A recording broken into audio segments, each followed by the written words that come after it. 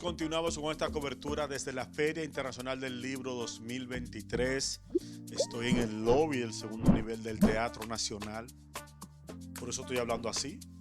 No estoy hablando como el Correa que ustedes conocen. No, estoy hablando así porque merece el momento que uno esté formalito y bien comportado. Estoy en este momento con un poeta, luego diré su otra profesión, que me llamó mucho la atención esa combinación de su profesión y la poesía. Está con nosotros en esta tarde, esta noche, este día, no importa cuándo usted esté viendo esto, el señor Guillermo Sterling Montes de Oca. Buenas tardes, Guillermo. Muy buenas tardes, Correa. Gracias. Muchas gracias por esta invitación. Sábado hubo una exposición inmersiva de tu poemario Hologramas, de tu amigo y veo que colaborador constante Miguel Ramírez. Es correcto. Miguel Ramírez fue el director artístico y el que montó la puesta en escena de un retablo, digamos, de la experiencia inmersiva Hologramas, Fuego, Luz y Tiempo, que ya habíamos producido anteriormente para la puesta en circulación del libro Hologramas. ¿Cuándo se puso en circulación el libro? El libro se puso en circulación en octubre del año 2022. Hemos querido traer, fue una puesta en circulación audaz.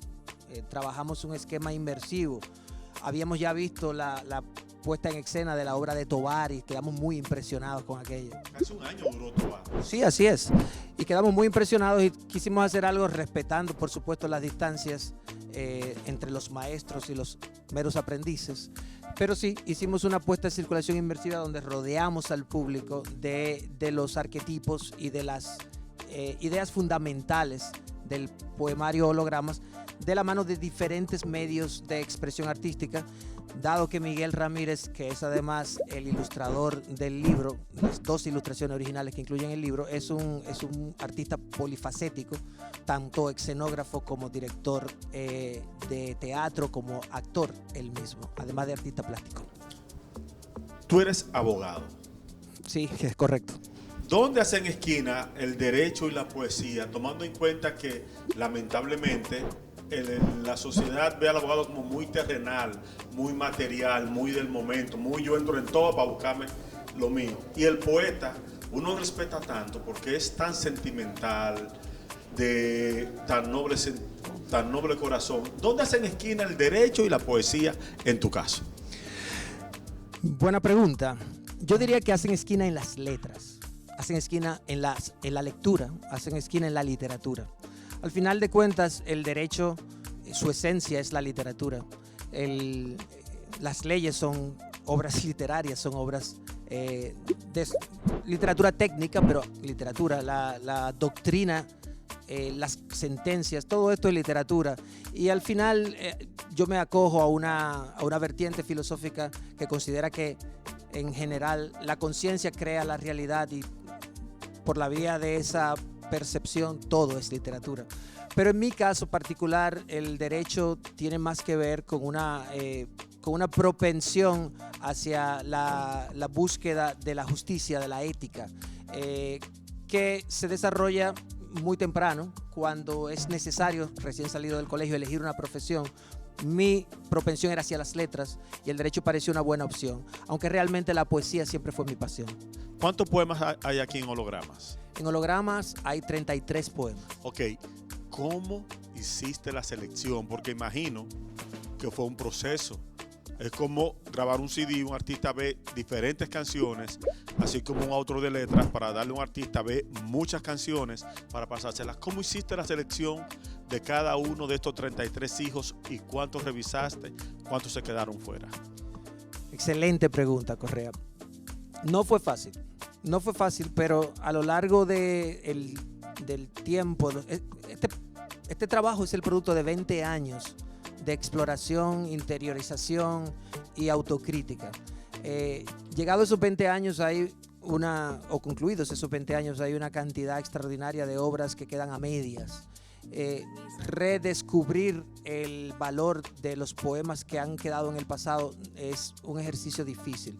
Lo que me ayudó mucho fue, y ahí también Ángela tuvo un papel importante, que fue de alguna manera mi asesora, ¿no?, en el proceso, fue crear una estructura, construir una narrativa, una historia, que el poemario no sea solamente una colección de poemas, sino que tenga un propósito en sí mismo como obra completa. Y eso fue lo que hice. Identifiqué los momentos de mi vida personal en el proceso de búsqueda de la voz poética. Me di cuenta que un primer momento era la búsqueda exterior a través de la pasión, a través del hedonismo, a través del erotismo. Y entonces identifiqué que tenía una sección de poemas eróticos.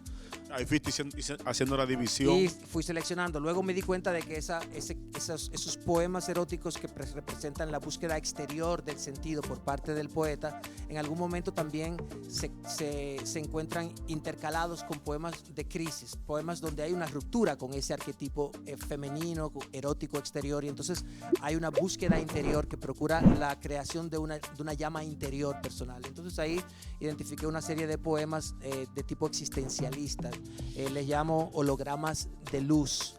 Luego me di cuenta que a lo largo de esos 20 años había habitado ciudades importantes, espacios importantes que habían influido en mi poesía, y entonces me di cuenta de que tenía que crear poemas que reflejaran esos espacios, y creé unos hologramas de espacio. Y al final de todo eso me di cuenta de que ya había encontrado una voz, que simplemente era necesario mirar desde otra perspectiva, y entonces creé los hologramas de tiempo. Esas 4 estructuras, hologramas de fuego, hologramas de luz, hologramas de espacio y hologramas de tiempo, me permitieron hacer una selección básica, temática, que cuenta una historia de alguna forma, aunque de una forma muy simbólica, muy semiótica. ¿Qué edad tiene tu ahijado Damián? Mi ahijado Damián tiene 5 años. 5 años. ¿Qué dijo tu comadre Carmen cuando leyó Canción Quisqueyana para Parir? Me dice que lloró. Eso es lo que me dice. Está por ahí mi comadre Carmen, por cierto. Esa es una rima clásica con una intención folclorista, que además está muy cerca de mi corazón, porque ella decidió dar a luz de manera natural, y pasó por ese proceso, por ese velo de dolor que es tan importante. Siempre detrás del velo del dolor está la iluminación, y yo quise acompañarla con ese poema. En los 80, soy 1 o 2 años mayor que tú, fui de los que fue marcado por José Ángel Buesa y los audios en el EP de sus poemas. ¿Has pensado en tener hologramas audibles para el público que le interesa ir guiando y escuchar este tipo de obras? De hecho, sí, lo he pensado. En el proceso de creación del material audiovisual para el performance original de la puesta en circulación del libro, se grabaron algunos textos y algunos audios, y la experiencia fue muy interesante. La Fundación Cultural Cofradía, que dirige mi queridísimo amigo Roldán Mármol, tuvo la generosidad de prestarme su estudio, y en algún momento pues tengo pendiente hablar con Roldán a ver si podemos acceder al estudio para grabar un audiolibro. Es una idea que me llama mucho la atención. Gracias. Hemos conversado con Guillermo Sterling Montes de Oca y su poemario Hologramas. ¿Dónde lo consigo? Está disponible en librería Cuesta. Librería Cuesta. Aprovecha de Cuesta, se toma un cafecito, puede ir con la familia, los hijos pueden ir caminando al área de juegos, la señora puede ir al área donde entienda, de decoración. Si no quiere sentarse a leer contigo el poemario, usted se puede sentar a leer los poemas, y llévese el libro, que para las noches de lluvia, noches un vinito cerca, una vela cerca, una buena conversación, luego de leer unos cuantos poemas. No diré para qué servirán los poemas de la primera parte del poemario. Ya usted hará con esos poemas lo que usted entienda. Gracias, Guillermo, por tu presencia. Muchas gracias, Correa. Me siento muy, muy agradecido. Gracias. Gracias por tu tiempo. Estamos en la Feria del Libro 2023. Yo soy Aquiles Correa DiCaprio. Usted está viendo Tu Televisión Pública.